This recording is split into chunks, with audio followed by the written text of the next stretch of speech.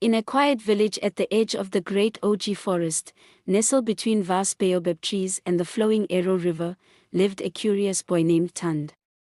He was small for his age but had the spirit of a lion and the mind of a clever monkey. Tand was known for one thing: asking too many questions.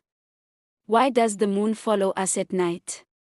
Why do the birds always fly west before the rain? Why do the elders say we must never enter the Oji forest? But of all the mysteries that surrounded his village, one intrigued him the most: the story of the talking drum of Oji. Legend said the drum was carved by the gods themselves and could speak truths, warn of danger, and even summon rain or fire. It was hidden deep within the forest, guarded by spirits and bound by ancient rules. Only those with a pure heart and a brave soul could even hear its voice. One evening, after hearing the legend told for the 100th time by old Mama Ife, Tand decided he would find the drum. "You mustn't," Mama Ife warned. "The spirits don't take kindly to strangers. Even the animals speak in the forest." "I'll just look around," Tand whispered. So, before dawn the next day, he packed a gourd of water, a roasted yam, and his slingshot. He told no one, not even his mother. The forest was damp and dark, yet alive with whispers. Leaves rustled without wind. Trees creaked as if sighing. And deep within, a low, rhythmic thumping echoed: dum, dum, dum. Tand followed it. After hours of wandering, he stumbled upon a clearing with a tall iroko tree in the center. Beneath it was the drum. It was massive, taller than a man, and carved with symbols that danced when he blinked. As he approached, the thumping stopped. "Why have you come?" A voice boomed, not from any person, but from the drum itself. Tand stood frozen. I want to learn," he stammered. "I want to understand your stories."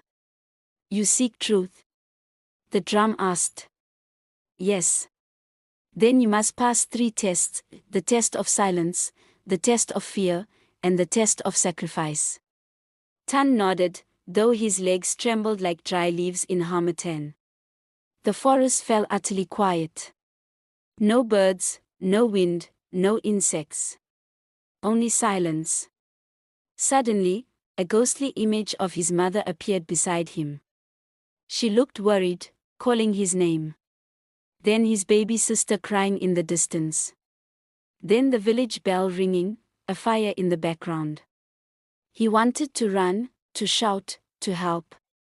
But he remembered, this is a test. So he stood still. Silent. For what felt like hours. Then the images vanished, and the forest sounds returned. "You have passed," the drum said. "This last test is the hardest," the drum said. "You must give up the one thing you love most." Tand thought. His slingshot? His gourd? No. Then it hit him: his questions. His endless curiosity. "To earn the truth," the drum said, "you must stop seeking it. Are you willing to leave with no answers?" Tand hesitated. His heart ached. But he nodded slowly. "Then you have passed," the drum rumbled. "You are worthy." The drum began to beat on its own, faster and louder. The trees danced. The sky split with lightning. Then, silence. When Tand awoke, it was evening. He was back at the edge of the forest. His satchel was gone. His slingshot missing. But he felt different, older, wiser. And around his neck hung a small token, a carving of the talking drum. When he returned to the village, he didn't speak of the tests. But whenever the village faced a problem, he would sit by the fire, tap rhythms on his thigh, and offer wise advice. "What happened to your questions?" his mother asked one night. "They live in the drum now," he said with a smile. "And the drum only speaks when the time is right." It had been many moons since Tand returned from the Oji forest. He had grown taller, His voice had deepened, and he no longer asked endless questions. The villagers now came to him for advice as they once went to the elders. Yet, no one dared ask what happened in the forest. They simply called him the boy who returned from silence. But peace never lingers forever. One night, under a moon wrapped in a blood-red veil, something strange happened. The village's sacred well, its only source of water, dried up overnight. The river Ero, once full and singing, now lay still and cracked. Crops wilted, goats stopped producing milk, and children grew restless with thirst. The elders called an emergency gathering under the Iroko tree. Chickens were sacrificed. Prayers were chanted. Still, nothing changed. Tand, Mama Ife whispered the following night, "The forest is calling you again. The drum has more to say." "I made a promise," Tand said softly, touching the small wooden drum charm around his neck. "I gave up my questions. But what if the drum is now asking you something?" That night, the fireflies returned, hundreds of them, glowing blue instead of yellow. They formed a trail leading to the edge of Oji Forest. Tand knew what it meant. He packed nothing this time. No slingshot. No food. Not even water. Only courage and silence. The forest welcomed him with wind songs. But it was different now. The trees no longer whispered secrets. Instead, they groaned. The animals were hiding. And the rhythmic beat of the talking drum was fainter, slower, as if struggling to breathe. He followed the fireflies deep into the forest. Hours passed. Then, in a hidden grove lit by glowing mushrooms, he saw her.